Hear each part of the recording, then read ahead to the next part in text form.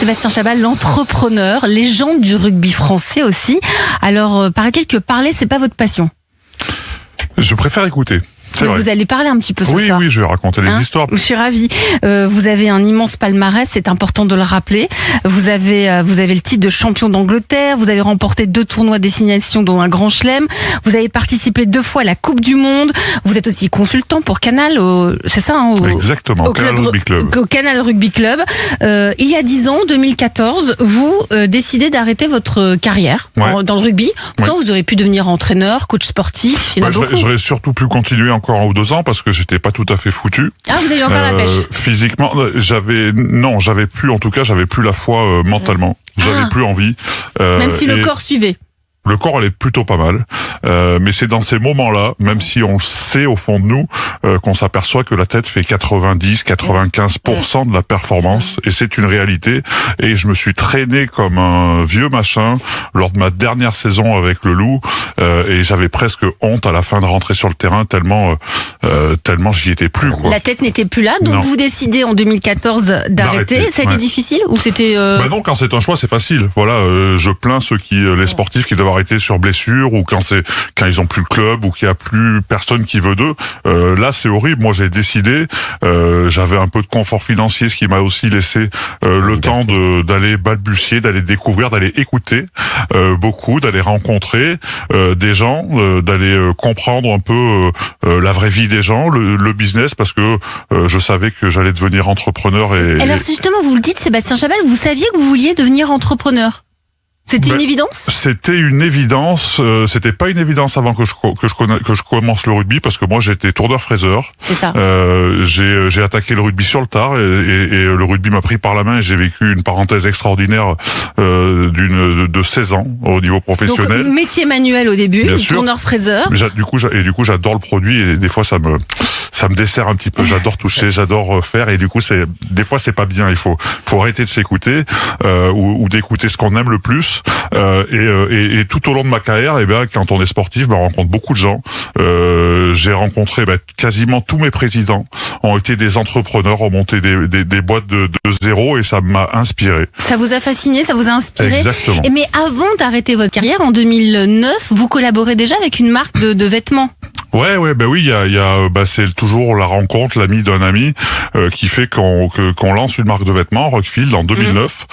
Et 2009, je suis en pleine carrière. Là, vous êtes en pleine carrière. Je joue en Angleterre, en plus, donc la proximité aide pas, la distance n'aide pas, pardon, et on décide de lancer l'aventure ensemble. Pierre, le patron de la boîte, voulait que je rentre au capital, et j'ai pas voulu, parce que je savais pas si ce métier allait me plaire, ce que j'allais faire une fois ma carrière terminée. Et donc, on a signé un contrat de licence de marque de 10 ans. Et au bout de 10 ans, donc on est arrivé en 2019, et déjà en 2017-2018, après avoir fait 3 ou 4 ans d'excursion dans le monde professionnel d'entrepreneuriat, je savais que j'allais racheter cette marque. Et vous l'avez racheté. Et je l'ai racheté en 2019, 6 mois avant le Covid. Super idée. On commandait en ligne après, hein. Ça a été, on a commandé en ligne. Quand vous avez des clients qui sont les boutiques physiques, alors nous on est omnicanal, donc ça on s'en sort bien. On a fait une progression de 150% en 5 ans, donc la vie va bien, mais on a... ça vous est tombé dessus comme tous les entrepreneurs à ce moment-là. C'est génial. Non, c'est pas génial ce qui arrive à tout le monde, mais ça permet de repenser son business, de se re-questionner, de comprendre ce qui fonctionne pas, de choisir des nouveaux itinéraires. Et je crois que c'est cette réflexion, et j'ai un associé, Tony, qui est un champion du commerce et qui connaît ce métier parfaitement, et il nous a guidés vers un avenir et un présent aujourd'hui très bon. Mais vous dites, Sébastien Chabal, j'ai tâtonné, je suis allé voir pas mal de choses, j'ai fait des excursions, c'est le mot que vous avez utilisé, dans divers univers, mais toujours dans l'entrepreneuriat. Donc vous êtes allé, comme on dit, vous êtes allé renifler un petit peu. Je suis allé comprendre comment marchait une entreprise, comment fonctionnait une start-up, comment monter une boîte, à quoi ressemblait un entrepreneur, à quoi ressemblait un patron de petite et moyenne entreprise, à quoi ressemblait un patron de grande entreprise, même si c'est pas forcément mon ambition, même loin de là. Je préfère des boîtes à taille humaine où on connaît le nom de tous ses clients, on connaît le nom de tous ses collaborateurs. Mais être salarié, ça vous disait rien? Vous vouliez être Non, j'aime trop ma liberté, en fait. Et on est vraiment libre quand on est entrepreneur? Si on a de bons collaborateurs et de bonnes équipes, ce qui est mon cas, et j'ai une chance, je touche du bois. Ouais, assez, vraiment. Donc, mais il faut, ça requiert de faire confiance, de donner sa confiance. Quels sont les symptômes? C'est quoi les signes où vous vous dites c'est bon, je vais pouvoir faire confiance? On va se taper dans la main et on va y aller ensemble, on va construire une marque, on va construire une boîte. Ça va assez vite, hein. C'est quoi? Alors on peut se tromper parce que je me suis pas mal trompé. Vous vous écoutez, c'est votre instinct, c'est quoi? Ouais, c'est mon instinct. Enfin, je sais pas, quand la première rencontre, quand on dit qu'on a qu'une fois la chance de faire une première bonne impression, je crois que c'est assez vrai. Quand on rencontre quelque chose, on sait assez rapidement si on va l'apprécier ou si on va pas l'apprécier. Alors après, des fois, le temps fait son œuvre ou ajuste notre regard. Mais aujourd'hui, je me trompe plus beaucoup. Ce soir, vous êtes aussi parmi nous sur Europe 1 parce que vous nous racontez cette histoire de rugbyman à entrepreneur. Là, il y a ce projet dans la food, dans l'alimentation. Vous n'avez pas choisi la facilité parce que la restauration, pour moi, c'est un des métiers les plus difficiles. C'est un métier où il faut se lever tôt, où il faut avoir des bons produits, il faut avoir une qualité constante. Racontez-nous un peu. Aujourd'hui, vous êtes le fondateur des burgers de Joe. Ouais, alors on est trois, parce que aujourd'hui, il faut qu'il y en ait un qui soit devant et un qui prenne les décisions. Mais même si l'ensemble des décisions sont prises collectivement, il y a Tony dont je parlais tout à l'heure qui est associé avec moi depuis le début dans la marque Rockfield. Rockfield aussi, donc depuis 2009.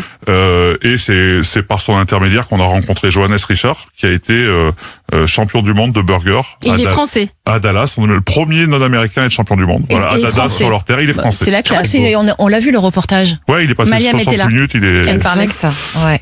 Donc Malia me demandait, je me disais, tu aurais pu amener les burgers. J'ai dit, si c'est moi qui les ai amenés, et que ça aurait pas été super. Donc. Non, mais c'est bon quand c'est chaud quand même. Ouais, c'est meilleur. Et donc en fait, mais.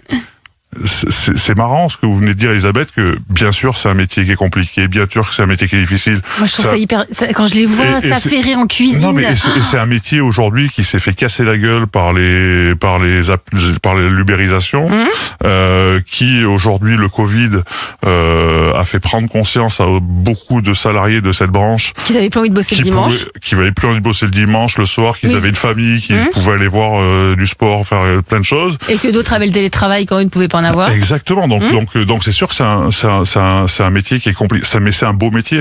C'est un métier où on rencontre. C'est un peu comme nous dans le sport. C'est un métier où vous rencontrez des passionnés. Pour la majorité, des gens qui aiment leurs produits, qui aiment faire plaisir, qui aiment partager, qui aiment faire plaisir à leurs clients, les recevoir, les accueillir. C'est un métier qui est magnifique. Alors après, demain, les burgers de Joe, on n'est pas restaurateur en fait. Mais c'est ça qui est intéressant. Parce qu'on a pété le modèle. Vous êtes en train de créer un nouveau modèle. Et ça, c'est canon. Mais moi, ce modèle, je le connaissais pas. On va expliquer aux auditeurs d'Europe 1 ce modèle. C'est que vous arrivez dans la cuisine du restaurant. En fait, quand je rencontre Johannes Richard, donc du coup, on se rencontre, on s'apprécie, on se dit qu'on va faire quelque chose ensemble. On va essayer de regarder pour faire quelque chose ensemble. Donc il part à Dallas, il est champion du monde, il revient. On se parle au mois de février, le 25 février, c'est une date importante. Et on se dit qu'on va lancer des franchises de burgers haut de gamme. Truc assez basique, vous avez le champion du monde, le titre. Ça existe, les burgers. Oui, mais des trucs haut de gamme, ce que fait Johannes, ça n'existe pas. Enfin, il y en a pas encore. On va les goûter, c'est assez compliqué. On avait 3 lieux physiques pour lancer le concept dans des zones de chalandise complètement différentes, et puis après on allait déployer en franchise. Et en fait, ce jour-là, le midi où on se met d'accord, je vais manger avec un de mes clients chez un pote à moi, qui a un super resto, qui fait très bien à manger, qui est dans le Vieux-Lyon, donc un endroit où il y a du monde autour, mais qui est dans la rue de derrière. Cette rue où personne ne passe et où le midi, il galère à faire venir le client. Le soir, ça marche très bien parce qu'il a son concept de viande, de vin. Et j'arrive dans le restaurant, le midi, on était 2, moi et mon client. Donc je suis quand même super déçu pour mon pote, avec qui on avait souvent parlé du fait de qu'est-ce que tu penses, est-ce que tu as une idée pour que je fasse venir du monde? Je dis, j'en sais rien. Et en rentrant au bureau, je dis, on a décidé de lancer la franchise. Pourquoi on proposerait pas à Juju, dans son resto, de prendre la carte des burgers que le midi? Le soir, il continue à faire ce qu'il fait très bien. Et le midi, il y a des écoles de partout, il y a des touristes de partout. Les gens vont faire 50 mètres pour venir dans cette rue. Pour le burger, parce qu'ils font des centaines de kilomètres pour venir à Saint-Hilaire-d'Auzillan, petit village natal de Johannes, dans le Gard. Ils viennent, mais à chaque fois que j'y suis, il y a des gens de Saint-Étienne, de Lyon, de Marseille, de Perpignan. Parce qu'il est champion du monde et que les gens veulent goûter ces burgers. Donc j'appelle Juju, je lui dis Juju, prends la franchise le midi, il me dit putain super, on essaye vite, on met ça en place. Et le soir, je reparle à Tony, comme tous les jours, on fait un point sur Roquefil, notre activité Bien sûr. principale. On se dit qu'on est content de lancer la franchise, et je lui dis que j'ai proposé à Juju de prendre la franchise et qu'il sera le premier au cœur de Lyon. Il me dit super. On raccroche, 18h51, ce même jour, Quelle mémoire, Tony me Sébastien renvoie un Chabal. message, me dit, non, j'ai pas de mémoire, mais celle-là, je m'en rappelle. M'envoie un message en me disant, je viens d'avoir une idée dingue, mais je pense qu'elle est trop dingue. Qu'est-ce que je fais? Je le rappelle. Alors, on est assez créatif, on a beaucoup d'idées qu'on jette à la poubelle. Et il me dit, en fait, ce que tu as proposé à Juju, c'est super, mais je pense qu'on peut aller beaucoup plus loin. Réfléchissons 5 minutes, parce que le concept, on peut le proposer à tous les restaurateurs en France pour pallier à plein de problématiques ou de besoins qu'ils ont. La problématique de remplissage, de notoriété, d'exclusivité, proposer une nouvelle carte, une nouvelle gamme, faire plaisir Se à leurs clients. diversifier. Exactement. Et en fait, le modèle auquel on est arrivé, c'est de dire, en fait, pour vraiment apporter de la valeur à un restaurateur, on va le proposer qu'à un seul restaurant par ville. En plus, vous événementialisez l'histoire. Une seule journée par mois. Du coup, on crée de la rareté. La rareté, donc le désir. Et c'est